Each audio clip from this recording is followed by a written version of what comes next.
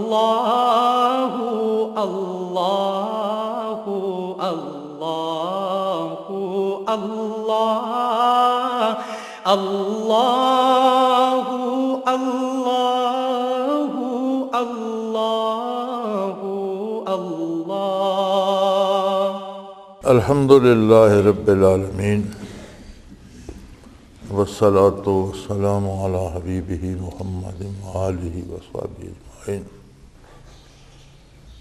اعوذ باللہ من الشیطان الرجیم، بسم اللہ الرحمن الرحیم۔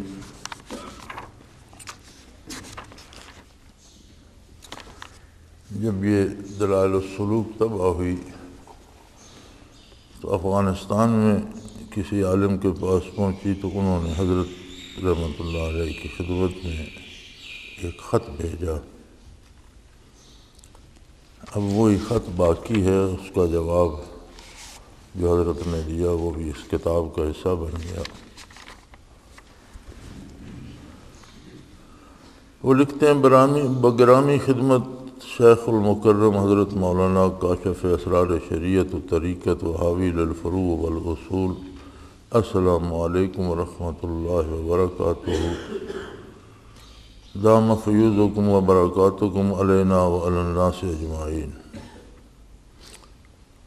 مجھے دلائل السلوک دیکھنے کا بذریعہ دلاور خان موقع میسر آیا، جس سے میرے دل میں نور ایمان کی لہر اٹھی اور حیران ہو گیا کہ اس دور ظلماتی اور الحادی میں ایسا ہیرا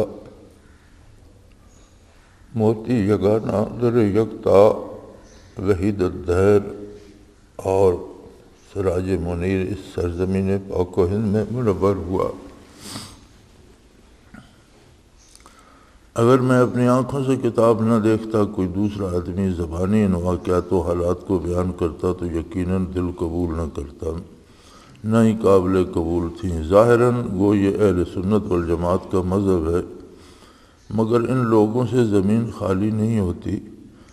ایسے جامع شریعت حقیقت ہستی کا اس دور میں پایا جانا اگر محال نہیں تھا تو یقیناً کامیاب تو تھا اور ہے۔ میں خود اس مرض کا قدیم المریض ہوں، طبیب قلب کا سال ہا سال سے متلاشی ہوں، مگر جو ملا آخر وہ دکاندار ہی ثابت ہوا۔ اس لیے میری کشتی کنارے نہ لگ سکی، نہ ہی مرض سے نجات ملی۔ اگر کوئی صورت حاضری کی میسر آئی تو حاضر خدمت ہوں گا۔ وقت آخری ہے اور میں چند ایک معروضات پیش کر کے جواب لینا چاہتا ہوں۔ بزرگ آدمی تھے کہ یہ چیزیں میں سمجھنا چاہتا ہوں۔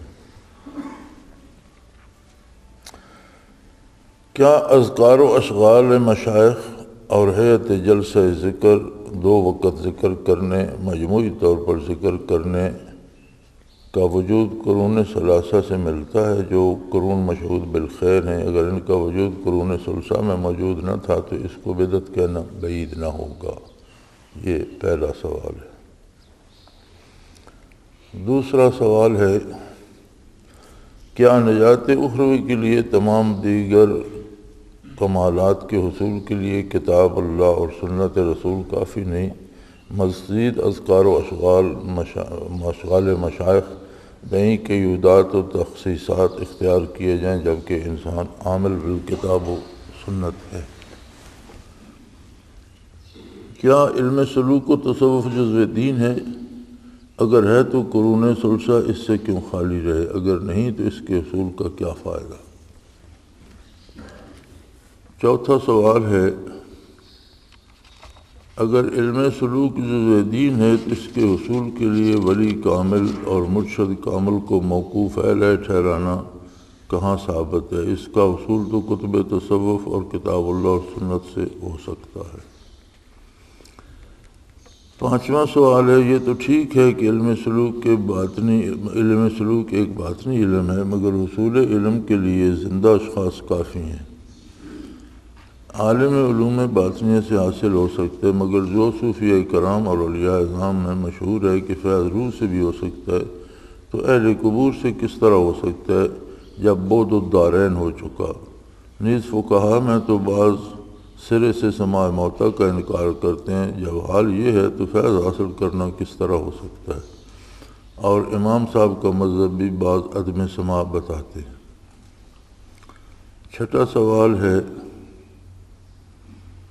اللہ تعالیٰ نے سوال کیے بغیر پیدائش انسانی، جنات و شیاطین قرآن میں بیان فرما دیں، مگر روح کی پیدائش اور حقیقت باوجود سوال کرنے کے نہ بتائی، جس سے خوب واضح ہوتا ہے کہ روح کوئی فرشتہ اور جن سے بھی زیادہ لطیف چیز ہے، تو ایسی لطیف ہستی سے فیض حاصل کرنا بہت ہی مشکل ہے۔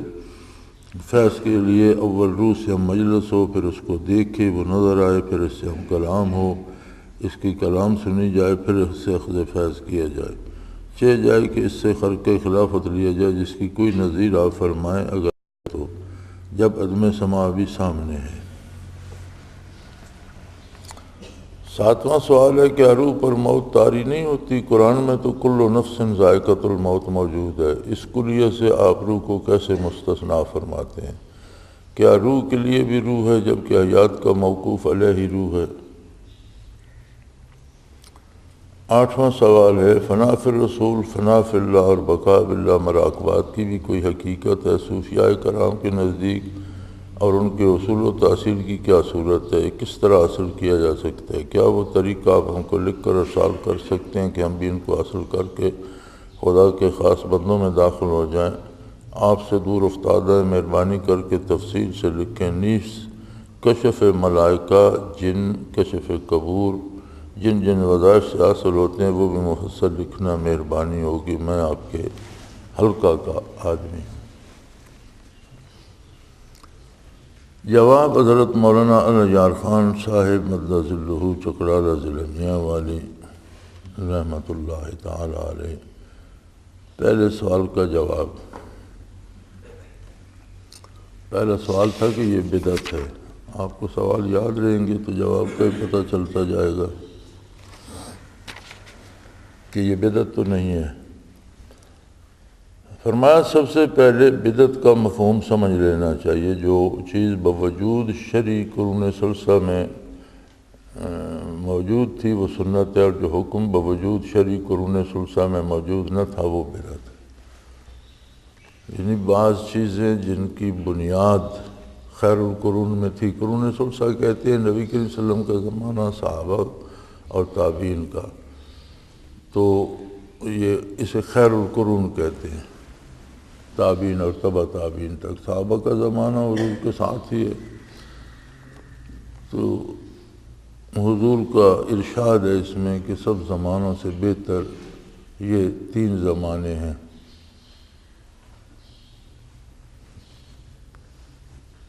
تو حضرت نے فرمایا کہ بدعت وہ چیز ہے جس کی اساس یا بنیاد خیر القرون میں موجود نہ ہو، اور حکم شرعی سے اس کی بنیاد موجود ہو، خواہ اس پر اس وقت عمل ہو سکا یا نہ ہو سکا، لیکن اس کی بنیاد موجود ہو تو وہ بدعت نہیں ہے۔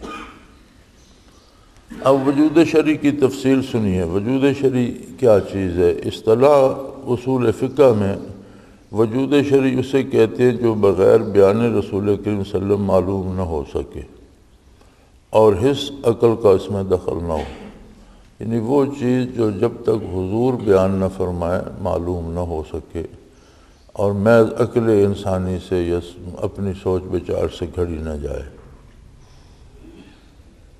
اور اس شے کا وجود حضور اکرم صلی اللہ علیہ وسلم کے فرمان اور بیان پر ہی موقوف ہوگا۔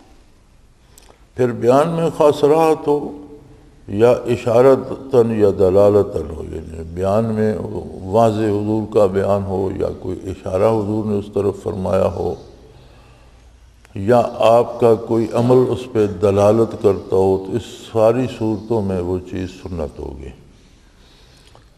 یعنی بیان کی کوئی فرق پائی گئی تو اس حکم کا جواز ثابت ہوگا اور حکم کا وجود شریعت میں آ گیا، خواہ اس وقت حکم کی جنس میں بھی خارج میں موجود نہ ہو۔ یعنی کسی چیز کی اصل اور بنیاد پائی گئی، حضور نے ارادہ فرمایا یا پسند فرمایا ایسا ہونا چاہیے، اس وقت وہ نہ ہو سکا تو بھی وہ کام سنت ہو جائے گا۔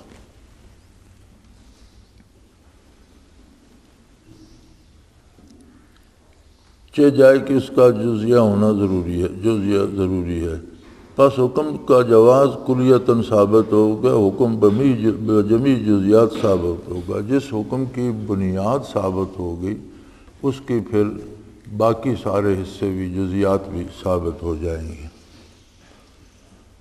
اس کا کوئی جزیہ بوجود خارجی قرون ثلثہ میں موجود ہو یا نہ ہو، اور ظاہری اسباب کی وجہ سے اس عہد میں وہ کام ہو سکا یا نہیں، لیکن جب حضور نے اس کے بارے کچھ فرمایا یا اشارہ کیا یا ارادہ فرمایا تو وہ چیز سنت میں ثابت ہو جائے گی۔ اگر اس کلیہ کا کوئی جزیہ قرون ثلثہ کے بعد خارج میں وجود میں آیا وہ بھی سنت میں داخل ہوگا، یعنی وہ اس چیز کا کوئی حصہ، کوئی جز، کوئی ایسا کام جو اس کرنے کے لیے ضروری ہے، وہ اگر بعد میں بھی وجود میں آیا تو بھی سنت میں ثابت ہوگا، چونکہ اصل جو چیز ہے اس کا وجود ثابت ہے۔ یوں تو اقسام حدیث میں قول رسول، فعل رسول، تقریر رسول، حواجس نفس رسول، عزم رسول، ہم رسول، خواطر رسول صلی اللہ علیہ وآلہ وسلم سب داخل ہیں۔ یعنی حدیث میں حضور صلی اللہ علیہ وسلم کا ارشاد فرمانا حدیث ہے، آپ نے کوئی کام کیا وہ حدیث ہے، آپ کی تقریر یعنی بیان حدیث ہے، حواجس نفس رسول، آپ کے دل میں کسی کام کرنے کا ارادہ پیدا ہوا اور اس وقت وہ کام نہ بھی ہو سکا ہو تو بھی اس کام کا کرنا سنت ہے۔ عزم رسول، حضور نے ارادہ فرمایا کہ یہ کرنا چاہیے، پھر نہیں بھی ہو سکا تو بھی اس کام کا کرنا سنت ہو گیا۔ ہم رسول، کسی کام کے بارے آپ نے ارادہ تو نہیں فرمایا لیکن خیال پاک تھا آپ کا کہ ایسا کیا جائے، وہ بھی سنت ہوگا۔ خواطر رسول، یہ بھی وہی بات ہے کہ آپ کے قلب اطر پہ جو بات گزری کہ ایسا کرنا چاہیے۔ مگر اذکار تو وہ سنت ہے جس کا ثبوت صراحتاً رسول کریم صلی اللہ علیہ وسلم اور صحابہ کرام کے زمانے اور خیر القرون میں پایا جاتا ہے۔ یہ ساری چیزیں سنت ہیں، مگر جہاں تک ذکر اذکار کا تعلق ہے تو یہ تو وہ سنت ہے جس پر خود حضور صلی اللہ علیہ وسلم کا عمل بھی تھا، صحابہ کرام کا عمل بھی تھا، خیر القرون کے متقدمین کا عمل تھا۔ اور اذکار و اشعار جن کی اصل کتاب و سنت میں موجود ہو، ان کی جزیات مشائخ نے اس اصل سے اخذ کی ہوں، داخل سنت ہے۔ جب ذکر اذکار کا اصل وجود قرآن میں بھی موجود ہے، قرآن میں حکم موجود ہے ذکر کرنے کا، اور حضور کے عمل سے ذکر کا کرنا، صحابہ کے عمل سے ذکر کا کرنا ثابت ہے، تو پھر ذکر کرنے کے لیے جو جزیات مشائخ وضع کرتے ہیں، لوگوں کے مزاج مختلف ہوتے ہیں، انہیں مختلف طرح سے ذکر کراتے ہیں، تو یہ جزیات جو ہوں گی یہ سنت میں داخل ہوں گی، کیونکہ مشائخ نے یہ جزیات بھی اسی اصل سے اخذ کی ہوں گی، یعنی اس کے خلاف نہیں ہوں گی، قرآن و سنت ہی سے اخذ کی ہوئی جو اس کی جزیات ہوں گی وہ بھی سنت میں داخل ہوں گی، کیونکہ وسائل و ذرائع کا حکم مقاصد میں داخل ہوتا ہے۔ وسیلہ اور ذریعہ جو ہوتا ہے وہ کسی مقصد کا حکم ہے کہ یہ کرو، تو اس کے لیے جو وسیلہ یا ذریعہ ہوگا وہ اسی مقصد کے حکم میں داخل ہوگا۔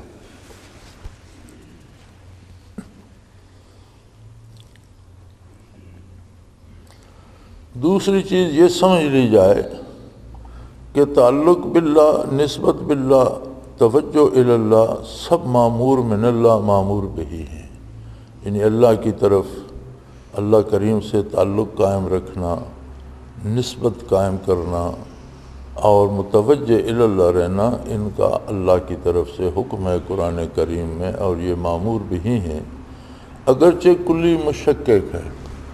کلی مشکک وہ فعل ہوتا ہے جس کے کئی اجزاء ہوتے ہیں، مثلا 1 سے 100 تک حصے ہیں اس کے، تو جس کا ایک حصہ بھی ادا کر دیا جائے تو حکم کی تعمیل ہو جاتی ہے، اگرچہ کمال حاصل نہیں ہوتا۔ اس کے 10 حصے بھی ادا کیے جا سکتے ہیں جتنی اللہ توفیق دے، اور کوئی اس کا 100% اس پہ عمل کر لیتا ہے، اسے کہتے ہیں کلی مشکک، یعنی اس کا کل کیا جائے یا ایک جز کیا جائے تو حکم کی تعمیل ہو جاتی ہے۔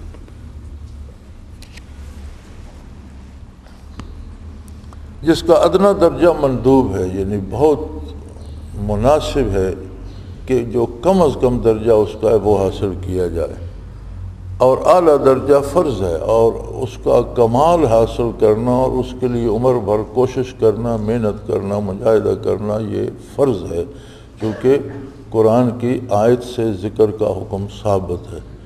تو ذکر کا حکم کلی مشکک ہے۔ کلی مشکک وہ فعل ہوتا ہے جس کے بہت سے درجے ہوں اور چھوٹے سے چھوٹے درجے پہ بھی عمل کر لیا جائے تو نافرمان نہیں کہلاتا بندہ، یعنی اس نے عمل کر لیا، لیکن اس پر قناعت نہ کرے، اس کا کمال حاصل کرنا فرض ہے کہ حکم 100 درجے کا ہے تو 100 تک پہنچنا چاہیے، اس کے لیے محنت کرے، مجاہدہ کرے، کیونکہ یہ فرض ہے۔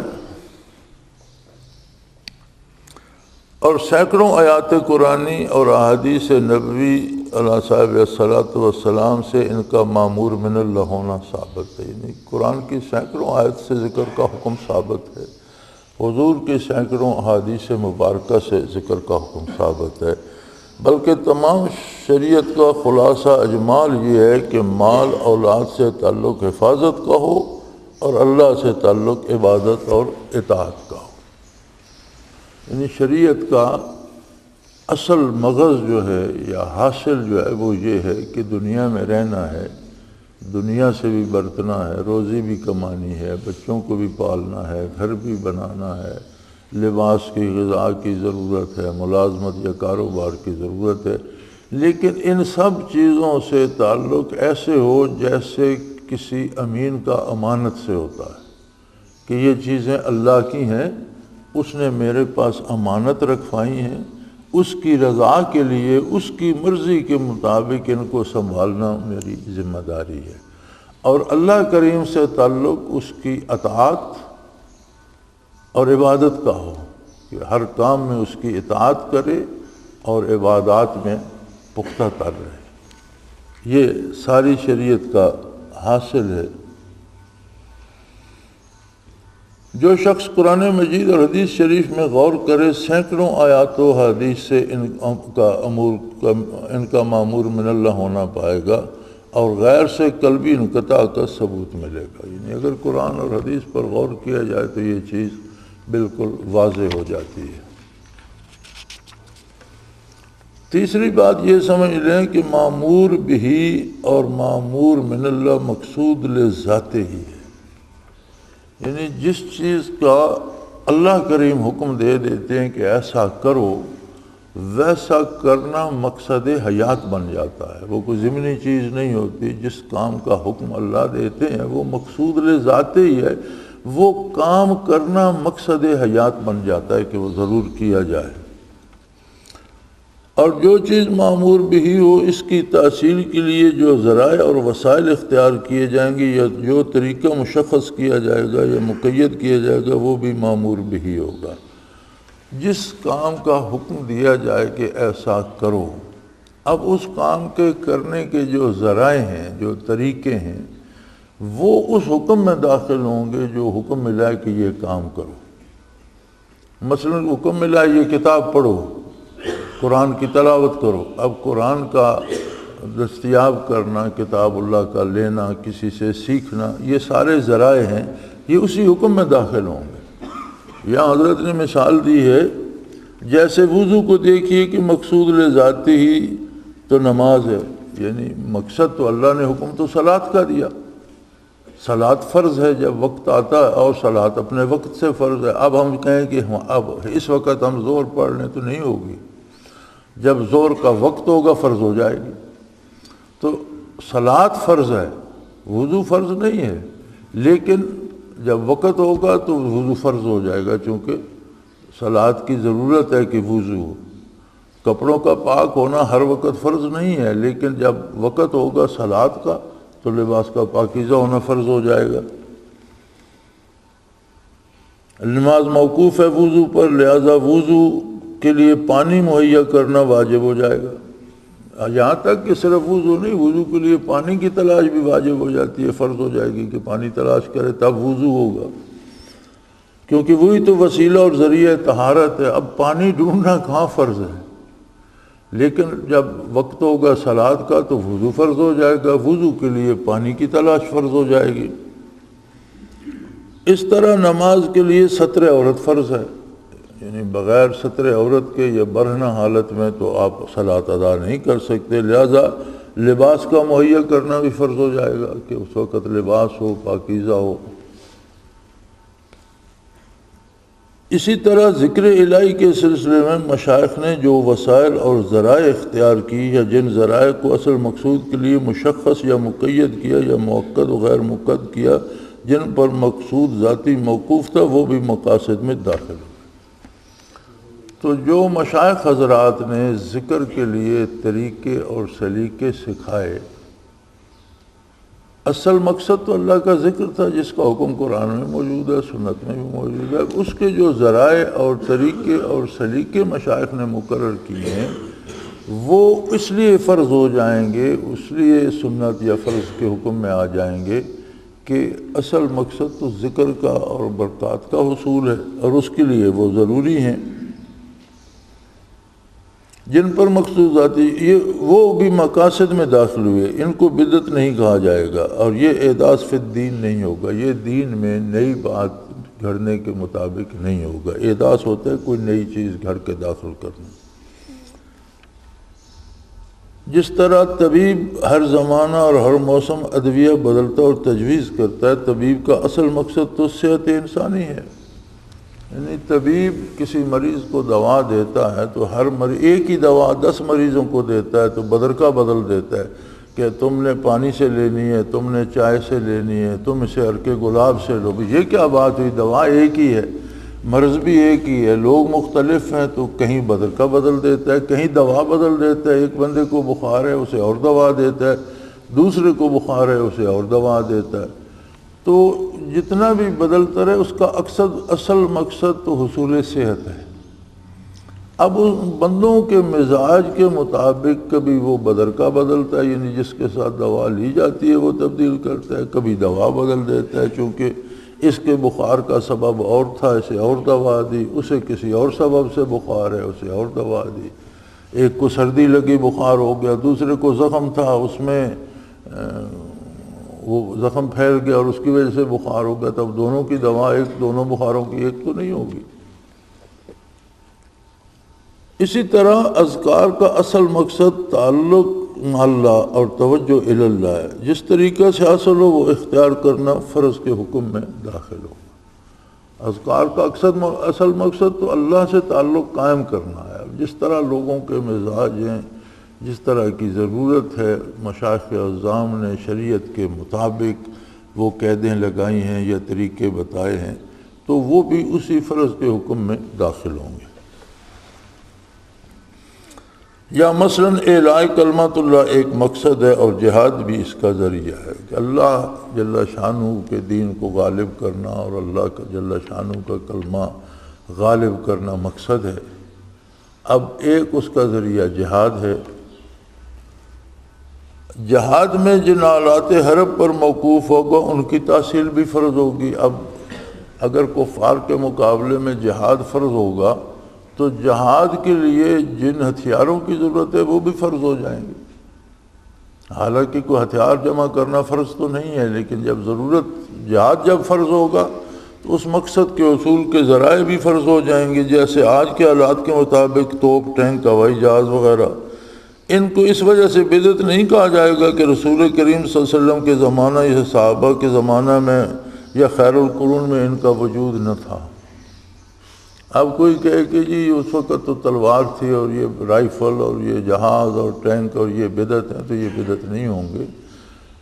زمانے یا وقت کے ساتھ ذرائع بدل گئے، مقصد نہیں بدلا۔ تو مقصد فرض ہے تو ذرائع بھی اسی فرض کے حکم میں داخل ہوں گے۔ معلوم ہو کہ مقصد جب اعلاء کلمۃ اللہ کے لیے جہاد کرنا ہے، اس مقصد کے حصول کے لیے حالات کے مطابق ذرائع مہیا کرنا جن پر یہ موقوف ہے وہ بھی واجب ہوگا، اسے بدعت نہیں کہا جائے گا۔ چوتھی بات یہ سمجھ لیجئے کہ حدیث جبریل علیہ السلام میں احسان کو جزو دین کہا گیا ہے۔ جبریل علیہ السلام کی جو حدیث ہے کہ اسلام کیا ہے، ایمان کیا ہے، اسلام کیا ہے اور احسان کیا ہے، جس میں حضور نے فرمایا تھا کہ اللہ کی عبادت اس طرح کی جائے، انت عبد ربک کانک تراہ فإن لم تکن تراہ فإنہ یراک، کہ تو اللہ کو دیکھ رہا ہے، اور اگر یہ نہ ہو تو کم از کم یہ یقین ہو کہ اللہ تجھے دیکھ رہا ہے۔ تو احسان کو جزو دین کہا گیا ہے، اس لیے اس کا حاصل کرنا مسلمانوں پہ واجب ہوگا۔ جب دین کا حصہ ہے تو یہ جس طرح دین واجب ہے اسی طرح یہ بھی واجب ہوگا۔ اور احسان صرف جزو دین نہیں بلکہ دین کی روح اور خلاصہ ہے، چونکہ احسان جو ہے یہ عبارت ہے خلوص سے، اور خلوص کے بغیر تو کوئی کام بھی نہیں۔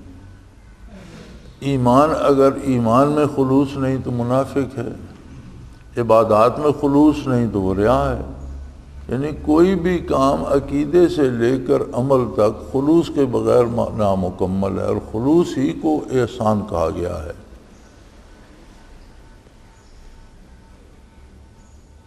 اور جس نے اسے حاصل نہ کیا اس کا دین ناقص ہے، کیونکہ احسان کی حقیقت یہ بیان ہوئی ہے کہ تعبد ربک کانک تراہ فإن لم تکن تراہ فإنہ یراک، کہ اللہ کریم کی اپنے پروردگار کی عبادت اس طرح کر جیسے تو اسے دیکھ رہا ہے، اور اگر تو اسے دیکھ نہیں رہا تو وہ تجھے دیکھ رہا ہے۔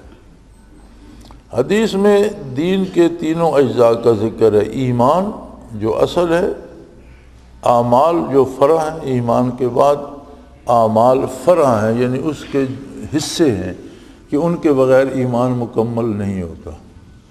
اب اگر کوئی کہے میرے پاس مکان تو ہے لیکن اس میں دیواریں نہیں ہیں، چھت نہیں ہے، تو کون مانے گا کہ وہ تمہارے پاس مکان ہے؟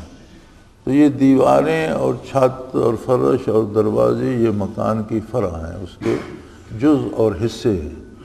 تو ایمان اگر مکان ہے تو اعمال اس کے حصے ہیں، ان سے ہی ایمان مکمل ہوتا ہے۔ تو فرمایا دین کی اصل ایمان ہے اور اعمال اس کی فرع ہیں، اور احسان جو اس کا ثمرہ ہے، اور احسان اور خلوص یہ اس سارے مکمل ایمان بھی ہو، عمل بھی ہو تو اس پر جو پھل لگتا ہے وہ خلوص ہے، یہ اس کا حاصل ہے۔ تو ظاہر ہے اسے چھوڑ دینا ایسا جیسا ایک شخص مغرب کی نماز میں فرض کی 2 رکعت پڑھ کر فارغ ہو جائے، ظاہر ہے اس کی نماز نہیں ہوگی۔ جب دین کے 3 حصے بیان ہوئے، ایمان، اعمال اور احسان، تو اگر کوئی احسان کو چھوڑ ہی دیتا ہے تو ایسی مثال ہے جیسے مغرب کی نماز میں اس نے 2 فرض پڑھے، تیسرا چھوڑ دیا، تو وہ 2 بھی نامقبول ہوں گے، اس کی نماز پوری نہیں ہوگی۔ اسی طرح احسان کو چھوڑ دینا دین کے ایک عظیم جز کو ترک کرنا، اس لیے دین ناقص رہ جائے گا۔ 5ویں بات یہ سمجھ لیجئے کہ حضور اکرم صلی اللہ علیہ وآلہ وسلم کے زمانہ میں درجہ احسان صرف صحبت رسول صلی اللہ علیہ وسلم سے حاصل ہو جاتا تھا۔ یعنی اس زمانے میں اگر کہیں، حالانکہ اس زمانے میں بھی لوگ حلقہ ذکر بھی بناتے تھے، مسجد نبوی میں صحابہ کا حلقہ ذکر موجود ہے، اس میں وہ آیت بھی نازل ہوئی، آیت کریمہ بھی، وَاصْبِرْ نَفْسَكَ مَعَ الَّذِينَ يَذْكُرُونَ اللَّهَ، حضور حجرہ مبارک سے تشریف لائے تو کچھ لوگ ایک طرف بیٹھے مسائل پر بات کر رہے تھے، دینی موضوع چل رہا تھا، کچھ لوگ ایک طرف بیٹھے ذکر کر رہے تھے، اور حضور ذاکرین کے حلقے میں جلوہ افروز ہوئے اور فرمایا اللہ کا شکر ہے کہ مجھے جیسے لوگوں کے ساتھ رہنے کا حکم دیا ہے وہ لوگ بھی مہیا فرما دیے، مشہور حدیث ہے۔ تو اگرچہ یہ اس دور میں بھی ثابت ہے لیکن اس دور میں اس کی ضرورت نہ تھی، چونکہ ذکر اذکار سے جتنی بھی کوشش ہم کریں وہ بات نہیں بنتی جو ایک نگاہ رسول صلی اللہ علیہ وسلم سے بنتی تھی۔ آپ کی ایک نگاہ جسے نصیب ہوتی وہ شرف صحابیت سے سرفراز ہو جاتا، ایک لمحے کی صحبت، حضور نے اس کی طرف نہیں دیکھا لیکن ایمان کے ساتھ اس نے حضور کو دیکھ لیا تو بھی صحابی ہو گیا۔ اور صحابیت لفظی ترجمہ تو صحبت حاصل کرنا ہے، لیکن اصطلاحی ترجمہ، شرعی ترجمہ اس کا یہ ہے کہ وہ کمالات انسانی میں اپنی حیثیت کے مطابق انتہائی درجہ کمال کو پہنچ گئے۔ اور ولایت اس کی جوتیوں کی خاک کو بھی نہیں پہنچ سکتی۔ ساری دنیا کے ولی اکٹھے کیے جائیں تو کسی صحابی کے پاؤں کی خاک کے برابر بھی نہیں ہو سکتے۔ صحابیت اتنی بلند ہے، ولایت ہر طرح کی ختم ہو جاتی ہے جہاں سے درجہ صحابیت شروع ہوتا ہے۔ تو فرمایا صرف فرائض کی پابندی کے ساتھ صحبت رسول شامل ہو گئی تو درجہ احسان حاصل ہو گیا، وہ بھی اس پایا کا کہ بڑے سے بڑا ولی ایک ادنا درجے کے صحابی کے مرتبہ تک نہیں پہنچ سکتا۔ جب آفتاب نبوت اوجل ہو گیا تو مجاہدات اور ریاضات کی ضرورت محسوس ہوئی تاکہ دین کا یہ اہم حصہ جو دین کا حاصل اور کمال اور اعلیٰ درجہ اور مقصود ذاتی ہے حاصل ہو سکے۔ یا 2 وقت ذکر کرنے کا سوال تو یہ تو نص سے ثابت ہے۔ مثال کے طور پر دیکھیے انا سخرنا الجبال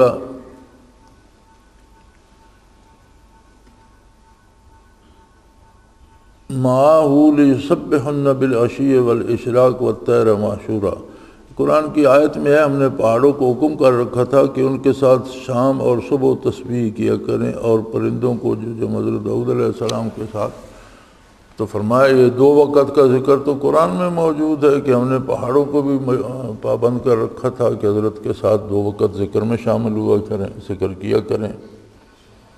اس حقیقت کو کشف صحیح کی تائید بھی حاصل ہے، اور یا اللہ نے اس آیت سے 2 امور ثابت کیے ہیں۔ اول اجتماعی ذکر، یعنی حلقہ ذکر بنانا اس آیت سے ثابت ہے، اور دوسرا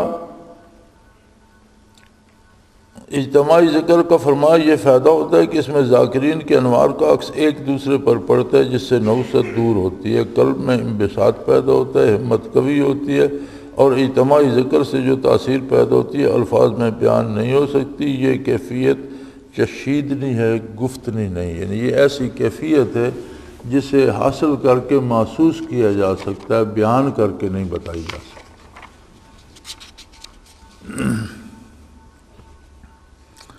دوسری آیت کریمہ وَاذْكُرْ رَبَّكَ فِي نَفْسِكَ تَضَرُّعًا وَخِيفَةً وَدُونَ الْجَهْرِ مِنَ الْقَوْلِ بِالْغُدُوِّ وَالْآصَالِ وَلَا تَكُن مِّنَ الْغَافِلِينَ۔ اپنے پروردگار کا ذکر کر اپنے دل میں تضرعًا وخیفہ، عاجزی سے اور ڈرتے ہوئے، اور دون الجہر بغیر آواز بلند کیے ہوئے، من القول آواز بلند کیے بغیر، بالغدو والآصال صبح اور شام، ولا تکن من الغافلین، اور کبھی بھی غافلوں میں شامل نہ ہو۔ اس آیت میں ذکر قلبی کرنے کا حکم ہے کیونکہ خوف کا تعلق دل سے ہے، زبان سے نہیں۔ تضرعا وخیفۃ، یہ عاجزی اور خوف یہ دل کے فعل ہیں، زبان کے نہیں، تو پھر ذکر بھی دل کا ہوگا، قلبی ہوگا۔ دوم، صبح و شام ذکر کرنے کا حکم ہے۔ آخری بات یہ نکلی کہ جو شخص اس طرح ذکر نہیں کرتا وہ اللہ سے غافل ہے، اور ظاہر ہے کہ اللہ سے غافل ہو جانے سے بڑھ کر محرومی کیا ہو سکتی ہے۔ اس غفلت سے دین میں جو نقص پیدا ہو جاتا ہے اس میں کلام کی گنجائش کہاں، اس میں یعنی کچھ نہیں کہا، یعنی وہ یقینی ہے۔ تیسری آیت کریمہ ہے وَاصْبِرْ نَفْسَكَ مَعَ الَّذِينَ يَدْعُونَ رَبَّهُمْ بِالْغَدَاوَةِ وَالْعَشِيِّ۔ چوتھی آیت کریمہ ہے وَلَا تَطْرُدِ الَّذِينَ يَدْعُونَ رَبَّهُمْ بِالْغَدَاوَةِ وَالْعَشِيِّ، یعنی اپنے آپ کو ان لوگوں کے ساتھ رکھیے جو صبح و شام اپنے پروردگار کا ذکر کرتے ہیں، اس کو پکارتے ہیں، اور ان لوگوں کو اپنے سے دور نہ کیجیے جو اپنے پروردگار کو صبح و شام پکارتے ہیں۔ یوں تو ہر حالت میں ذکر کرنے اور ذکر کثیر کرنے کا حکم ہے، مگر 2 وقت اہتمام سے ذکر کرنے کی تاکید فرمائی گئی ہے۔ یعنی ذکر کا حکم تو دوام ذکر کا ہے، لیکن 2 وقت کی خاص تاکید ہے کہ دونوں وقت ضرور، دن کے شروع ہونے میں بھی ابتدا ذکر الہی سے ہو، اور رات کے شروع ہونے میں بھی ابتدا ذکر الہی سے ہو۔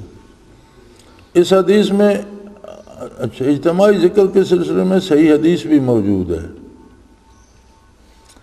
لا یقعد قوم یذکرون اللہ الا حفت بہم الملائکۃ وغشیتہم الرحمہ وتنزلت علیہم السکینہ وہم قوم لا یشقی جلیسہم۔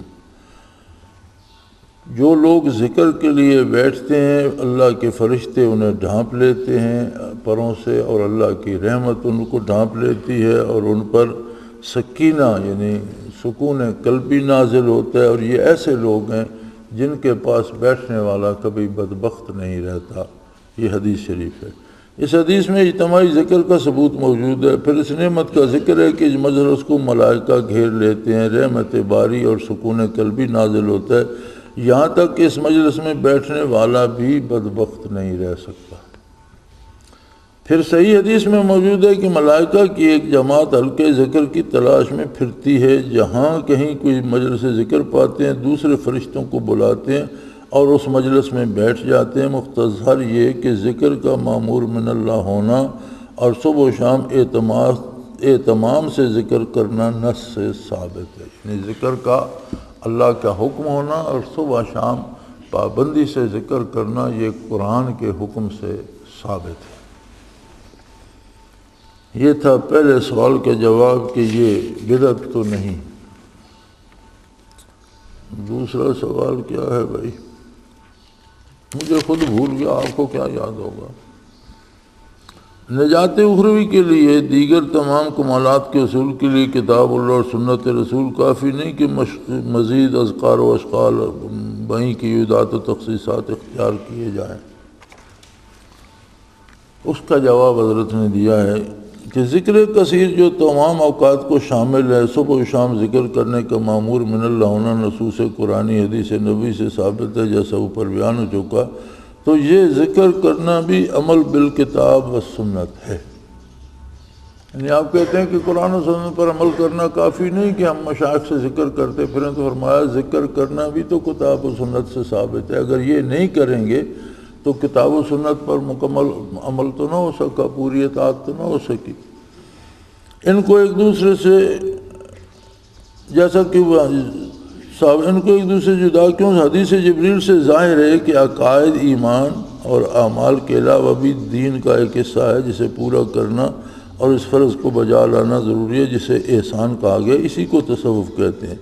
معلوم ہوا کہ انسان کامل طور پر عامل بالکتاب و سنت ہو ہی نہیں سکتا جب تک ذکر قصور بالعموم اور صبح و شام بالخصوص اہتمام نہ کرے۔ یعنی جب تک صبح شام اور ذکر کثیر اور ذکر دوام کا اہتمام نہ کیا جائے تو قرآن اور سنت پر پوری طرح سے عمل ہو ہی نہیں سکتا، کیونکہ اس کا حکم بھی قرآن و سنت میں موجود ہے۔ تیسرا سوال کیا تھا؟ کیا علم سلوک جزو دین ہے؟ فرمایا اس کا جواب پہلے سوال کے جواب میں گزر چکا ہے۔ چوتھے سوال کا جواب چوتھا ہے، اگر علم سلوک جزو دین ہے تو اس کے حصول کی ولی کامل اور مرشد کامل کو موقوف علیہ ٹھہرانا کہاں ثابت ہے؟ یہ تو کتب تصوف اور کتاب اللہ سنت سے ہو سکتے ہے۔ چوتھا سوال یہ ہے کہ اگر یہ شریعت سے ثابت ہے تو پھر اس کے لیے مرشد کی کیا ضرورت ہے؟ قرآن و سنت سے یا اس کی تصوف کی کتابوں سے حاصل کیا جا سکتا ہے؟ یہ چوتھا سوال ہے۔ جواب فرماتے ہیں کوئی علم یا فن کسی استاد کی شاگردی اختیار کیے بغیر نہیں سیکھا جا سکتا۔ کتاب اللہ اور سنت رسول کا صحیح فہم حاصل کرنا کامل اور ماہر استاد کے تعلیم دینے پر موقوف ہے۔ محض کتابوں کے مطالعے سے کتاب اللہ کے اسرار اور سنت رسول کی حقیقت سمجھ میں نہیں آ سکتی۔ یعنی محض رسالے کتابیں پڑھتے رہیں تو اس سے سمجھ نہیں آتی جب تک باقاعدہ کسی استاد سے یہ حاصل نہ کریں۔ پھر اس کلیہ میں تصوف کو مستثنا کیوں کیا جائے؟ اس کے سیکھنے کے لیے مرشد کامل کی ضرورت کا انکار کیوں کیا جائے جبکہ وہی فن سکھانے کی مہارت و اہلیت رکھتا ہے؟ کتب تصوف سے نشان راہ تو مل سکتا ہے، منزل تک رسائی نہیں ہو سکتی۔ حالات، واردات، کیفیات اور روحانی ترقی کے لیے مراقبات کتابوں سے سیکھنے کی چیز ہی نہیں۔ اور اصل بات یہ ہے کہ جو کیفیات ہیں یا مراقبات ہیں یا درجات ہیں یہ کتابوں سے سیکھنے کی نہیں، یہ تو کیفیات ہیں جو سینہ اطہر سے صحابہ کو ملیں، صحابہ سے تابعین، تبع تابعین کو، اور یہ کیفیات ہیں جو سینہ بسینہ دلوں سے دلوں کو چلتی ہیں، ان کو تو لکھا پڑھا جا ہی نہیں سکتا، کیونکہ واضح نے ان کے لیے الفاظ وضع ہی نہیں کیے، یعنی یہ الفاظ میں نہیں آتی، ان کے لیے تو کوئی لفظ بنا ہی نہیں۔ اور عام کیفیات میں بھی آپ ایک آدمی کو بھوک پہ لیکچر دیتے رہیں کہ بھوک لگے تو یہ محسوس ہوتا ہے، بھوک لگے تو یہ محسوس، اسے آپ مہینوں پڑھاتے رہیں لیکن اسے 2 دن بھوکا رکھیں تو اسے صحیح سمجھ آ جائے گی کہ بھوک لگے کھانا نہ ملے تو کیا ہوتا ہے۔ ہم غصے پہ لیکچر دیتے رہیں، غصے میں آدمی یہ محسوس کرتا ہے، غصے میں یہ محسوس کرتا ہے، تو ہم نہیں سمجھا۔ کسی کو غصہ دلا دو تو اسے سمجھ آ جائے گی کہ غصے میں کیا یہ جو کیفیات ہیں مادی